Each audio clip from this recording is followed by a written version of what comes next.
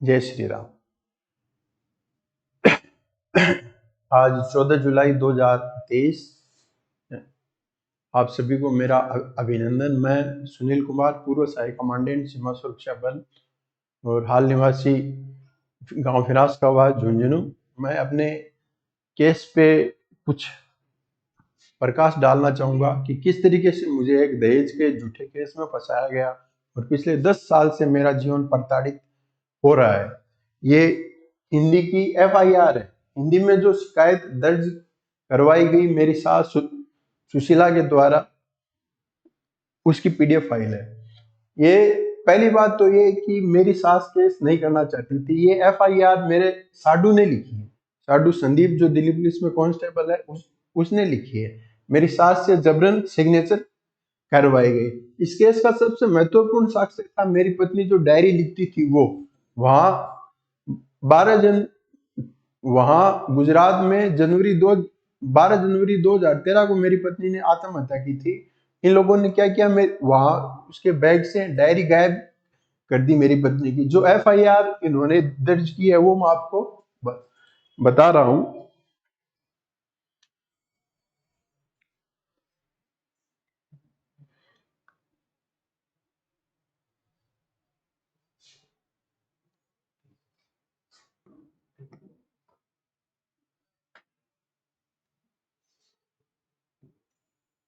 मेरी बड़ी बेटी का नाम अलका है और छोटी बेटी का नाम प्रीति है, जो बतौर पुलिस सब इंस्पेक्टर सरिता बिहार में काम करती थी।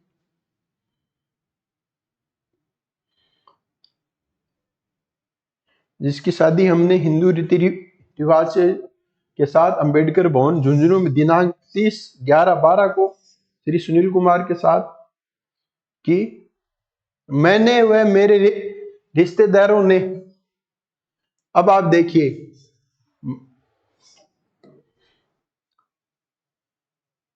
मैंने और मेरे रिश्तेदारों ने हैसियत के हिसाब से शादी में काफी पैसा सामान नकद दिए थे।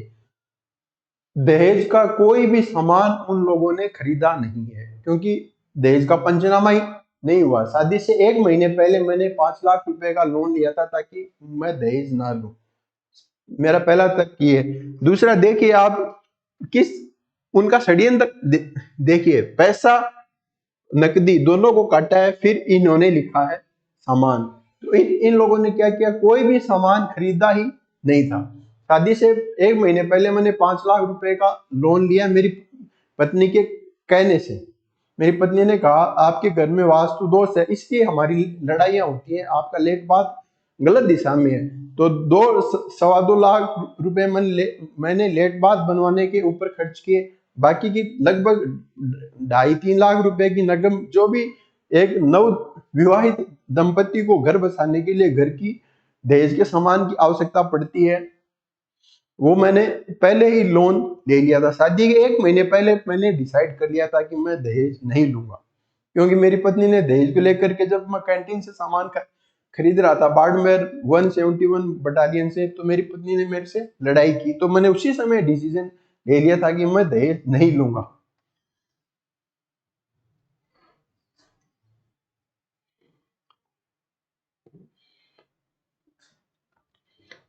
अब शादी के दूसरे दिन से ही जब मेरी बेटी ससुराल में थी, तो उसके ससुराल वालों ने पति सुनील कुमार, ननद अनीता, सास बिमला ने दहेज में कार न देने के लिए उसको मानसिक रूप से प्रताड़ित किया। अब आप देखिए,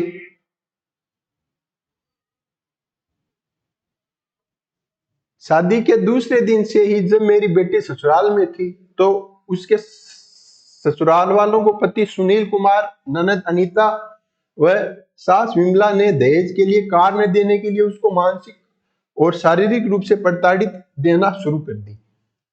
अब पहली बात तो ये कि इस केस में मेरी मम्मी और मेरी बहन डॉक्टर अनीता भवरिया का भी नाम था। मेरी मम्मी ने उसको हमारे यहाँ एक कस्टम है राजस्थान में शादियों में कि वर पक्ष द्वारा वधु पक्ष को गहने बनवा करके उपहार में दिए जाते हैं। मेरी शादी में भी हम लोगों ने 5.5 लाख रुपए के गहने बनवाए। जो कि मुंह दिखाई में मेरी मम्मी ने दिए थे। तो मेरी मम्मी का झूठा नाम लिखा। मेरी सिस्टर केवल एक दिन की छुट्टी लेकर के शादी में आई थी। उसके बाद उसकी ना तो मेरी वाइफ से बात हुई फोन पे और ना ही वो इस दौरान मेरे गांव फिरांसखाबाद आई। बावजूद इसके इन्होंने मेरी मम्मी और मेरी बहन का नाम लिख लिख दिया। मेरी सिस्टर ने ये दोनों अपनी कॉल डिटेल और अपने हॉस्पिटल का अटेंडेंस रजिस्टर दोनों चिलोड़ा पुलिस स्टेशन गुजरात में पीआई को भिजवाए थे। बावजूद इसके इन लोगों ने चार्जशीट में उसको साथ में नहीं लगाया। मेरी मम्मी और मेरी बहन को आवागमन में अंतहीन पीड़ा हुई।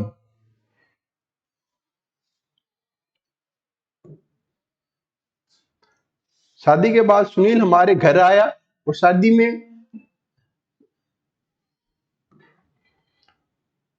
में दिए दूसरे सामान के साथ फर्नीचर का सामान भी हमने बनवाया था, जिसको सुनील को अपने घर से लेने से मना कर दिया और कहा कि जब तक तुम मुझे कार दहेज में नहीं दोगे तब तक मैं फर्नीचर का नया सामान लूंगा।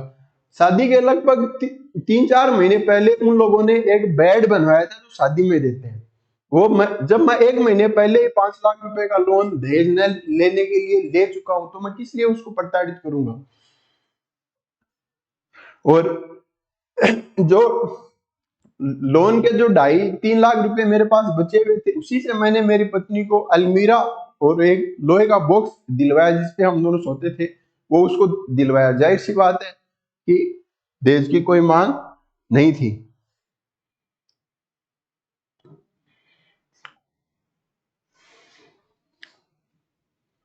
समाज और यह खरीदा हुआ सामान, उन्होंने कुछ भी सामान खरीदा नहीं था दहेज का। एक भी चीज का बिल प्रोड्यूस करने में असफल रहे, पंचनामा करवाने में असफल रहे, क्योंकि खरीदा ही नहीं गया था कोई भी सामान। तो मैं प्रीति को जान से मार दूंगा और बीएसएफ में असिस्टेंट कमांडेंट हूं, मेरा कुछ नहीं बिगाड़ सकते। कभी भी पैरामिलिट्री फोर्स का अधिकारी एक पुलिस सब इंस्पेक्टर को धमकी नहीं दे सकता, ना ही उससे दहेज मांग सकता है। ये पूरा केस कॉमन सेंस का केस है।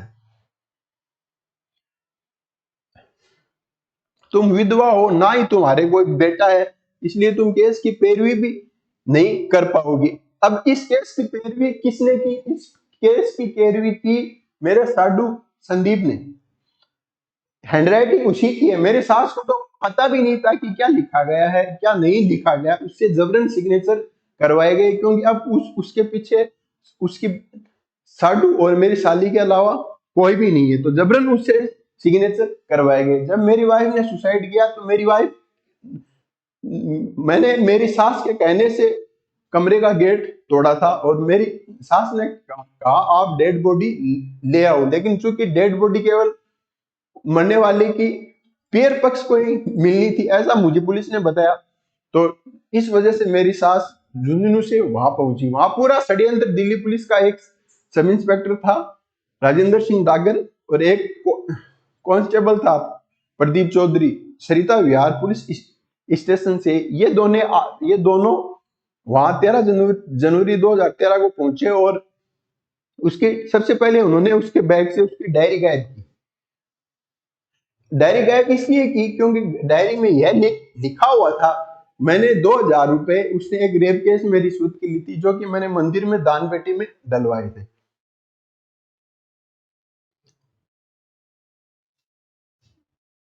इसके बाद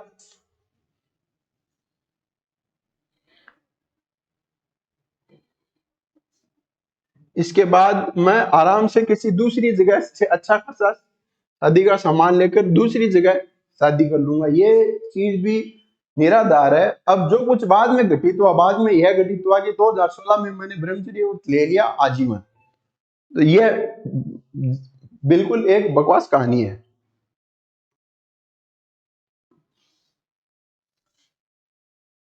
मेरी बेटी अपना वैवाहिक जीवन बचाना चाहती थी, इसलिए वह अपने पति ननद सास के द्वारा दहेज न दिए जाने की मानसिक व शारीरिक प्रताड़ना सहती रही। मेरी सास एक बार भी हमारी लड़ाई नहीं हुई है कि वो समझाने के लिए झुंझुनू से मेरे गांव आई हूँ। अगर अगर दोनों पक्ष के में लड़ाई झगड़ा होगा तो एक बार इस लेवल तक जरूर आएगा कि पीर पक्ष वाले समझाने के लिए आए। मेरे केस में ऐसा नहीं हुआ है, मेरी सास एक बार मेरे गांव नहीं आई है।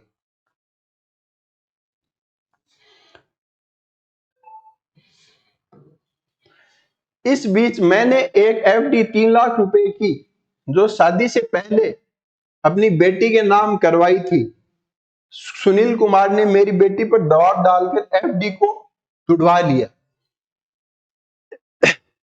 ये एफडी मेरी पत्नी ने मेरे कहने से की थी, क्योंकि जब हम लोग शादी करने के लिए उसको देखा था, उसी समय मैंने बोल दिया था कि मैं पुलिस का जॉब नहीं करवाऊंगा। ये 3 लाख रुपए उसकी ट्रेनिंग कॉस्ट की एफडी थी।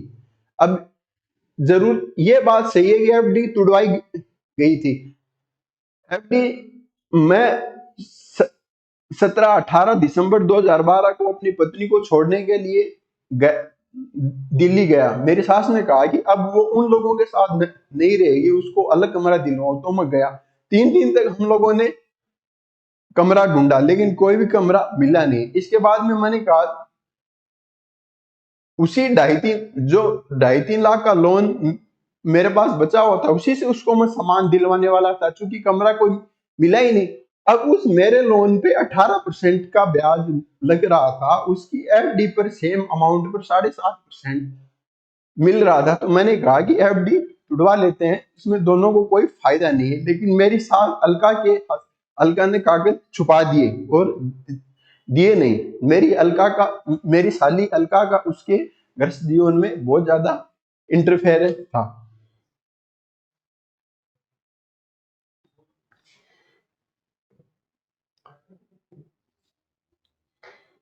शादी को उन्होंने अपने उन अब देखो,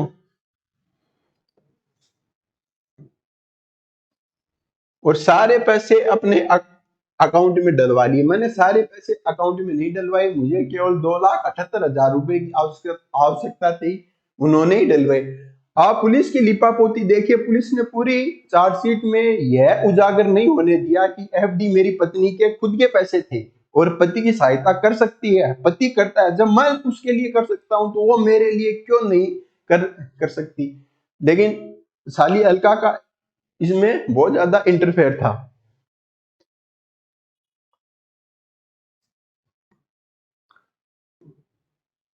छुट्टी खत्म होने के बाद अपनी ड्यूटी पर दिल्ली आ गई। इस दौरान भी सुनील कुमार ने मेरी पत्नी को फोन पर दहेज कार न देने के लिए प्रताड़ित करना जारी रखा और कहता था कि तुम कंगले हो, और अभद्र भाषा का प्रयोग करता था। वह बोलता था कि मेरे सभी साथियों को दहेज में कार मिली व प्लॉट मिला हुआ है, इसलिए मुझे भी कार और प्लॉट चाहिए, जिसकी सूचना मेरी बेटी ने मुझे फोन पर दी। इस बीच भी मुझे फोन पर बार बार कहता था और बातचीत के दौरान फोन पर गंदी गंदी गालियां देता था और कहता था कि अगर तुमने मुझे कार व प्लॉट नहीं दिया तो मैं प्रीति को ऐसी जगह ले जाकर मारूंगा और कोई सबूत भी नहीं छोड़ूंगा।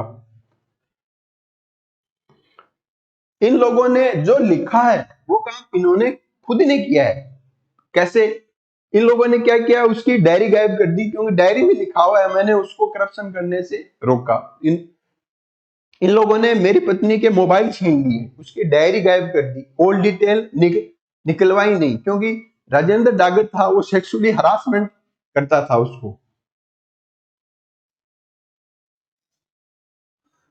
और ये मेरा ऐसी जगह ले जाकर मारूंगा और कोई सबूत भी नहीं छोड़ूंगा। इस केस में सबसे पहले मैंने पुलिस को इन्फॉर्म किया कि मेरी पत्नी ने सुसाइड किया है।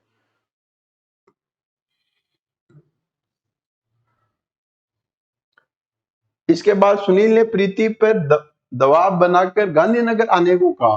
प्रीति अपना घर नहीं उजाड़ना चाहती थी और अपने आप पर पूरा विश्वास था। अच्छा, इस वो 6 जनवरी 2013 को दिल्ली से गांधीनगर गई थी। उससे पहले सर्विस रिकॉर्ड में उसने मेरे को नॉमिनी बनाया है। इसकी जानकारी मुझे केंद्रीय सूचना आयोग से भी नहीं मिली। आप सोचिए, सूचना आजादी का अमृत महोत्सव और सूचना का अधिकार की वर्तमान स्थिति देखिए। मेरी पत्नी के सर्विस रिकॉर्ड में मेरी पत्नी ने मेरे को नॉमिनी बनाया। जाए थी बात है, दोनों के बीच में प्रेम था, इस वजह से सर्विस रिकॉर्ड में नॉमिनी बनाते हैं।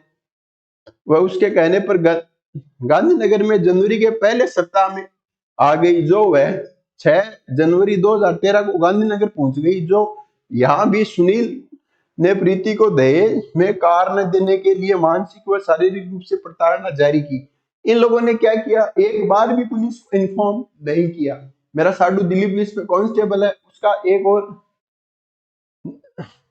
नगेंद्र जो उसका प्रीति का चाचा था, उसका दामाद है। प्रीति खुद सब इंस्पेक्टर थी।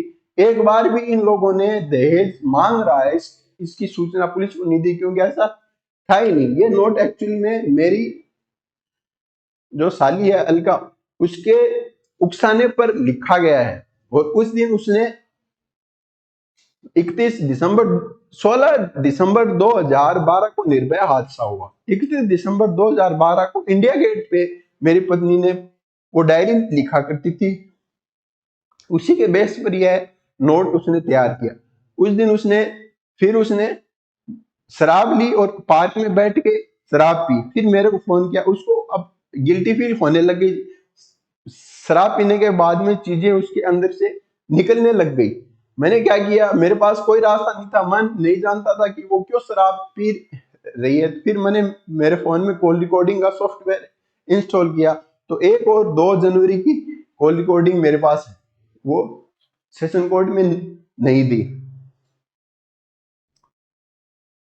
कल दिनांक 12/1/13 को लगभग 11 बजे दिन में मेरी बेटी ने मुझे फोन पर बताया कि सुनील ने मुझे जान से मारने की धमकी दी है, और उसने बताया कि अगर उसे कुछ होता है तो उसके लिए सुनील जिम्मेदार है और उसे बख्शा नहीं जाए। जो उसके बाद सुनील ने दिन में फोन करके बताया कि प्रीति ने सुसाइड कर लिया है। उसके बाद मुझे गांधीनगर के एक व्यक्ति ने फोन करके अपने आप को बीएसएफ का अधिकारी बताया और प्रीति की मौत की सूचना दी। मैं आई हूँ अपने रिश्तेदारों के साथ, और दहेज की पूर्ति न होने की सूरत में मारा है, आत्महत्या का नाटक रचाया है मेरी। अब आप देखिए, मेरी बेटी ने इस संबंध में अपने ऊपर हो रहे अत्याचार व हालात के बारे में दिनांक 31/12/12 को कुछ कागज पर लिखा है था, जिसके मेरी बड़ी बेटी ने फोटोग्राफ ले लिए, जिनको मैं पेश कर रही हूं। इन लोगों ने क्या किया, उसने ऐसा 2 बार लिखा। एक बार लिखा गांव में, लगभग 15 या 16 दिसंबर 2012 की बात थी, वो वहां मिला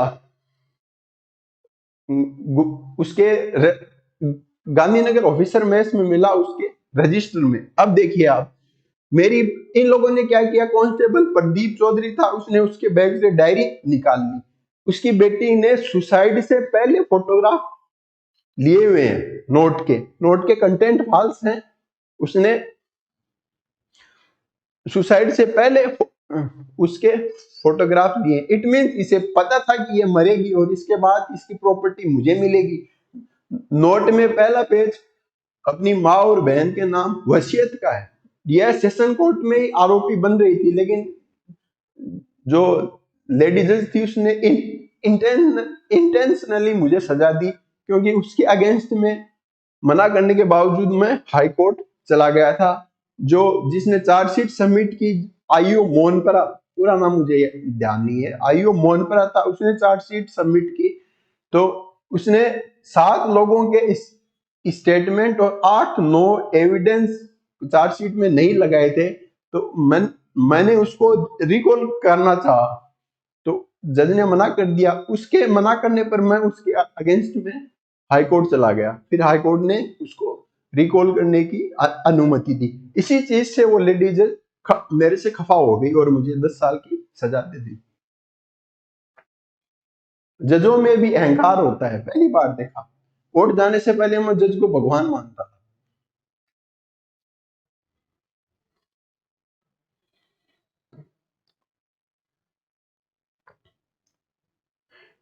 जिससे यह साबित हो जाता है कि इसने अत्याचारों व प्रताड़ना के बाद भी आत्महत्या नहीं की और उसे मारा गया है। मेरी बेटी प्रीति की दहेज न देने की सूरत में मारा गया है, वह पति को उचित कार्रवाई की जाए। अब इन्होंने टाइम नहीं लिखा कि कितने बजे लिखी गई है। दूसरी बात, इसके 2 बेटियां नहीं थी, मेरी सास के 3 बेटियां थी। एक सबसे छोटी बेटी अभिलाषा उर्फ सोनू, उसने दिसंबर उसने 2004 में जहर खा करके आत्महत्या की थी। शादी से पहले मेरे को इन लोगों ने बताया नहीं, मैंने आरटीआई लगाई बीडी के हॉस्पिटल झुंझुनू में, उसके थ्रू मेरे को यह जानकारी मिली।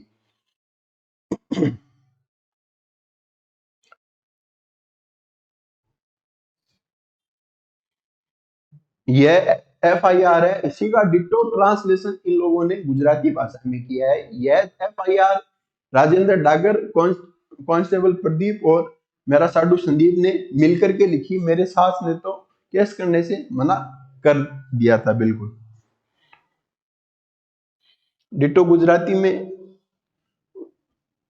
इसी को कॉपी किया है इन लोगों ने। मेरी बड़ी बेटी ने फोटोग्राफ मेरी बड़ी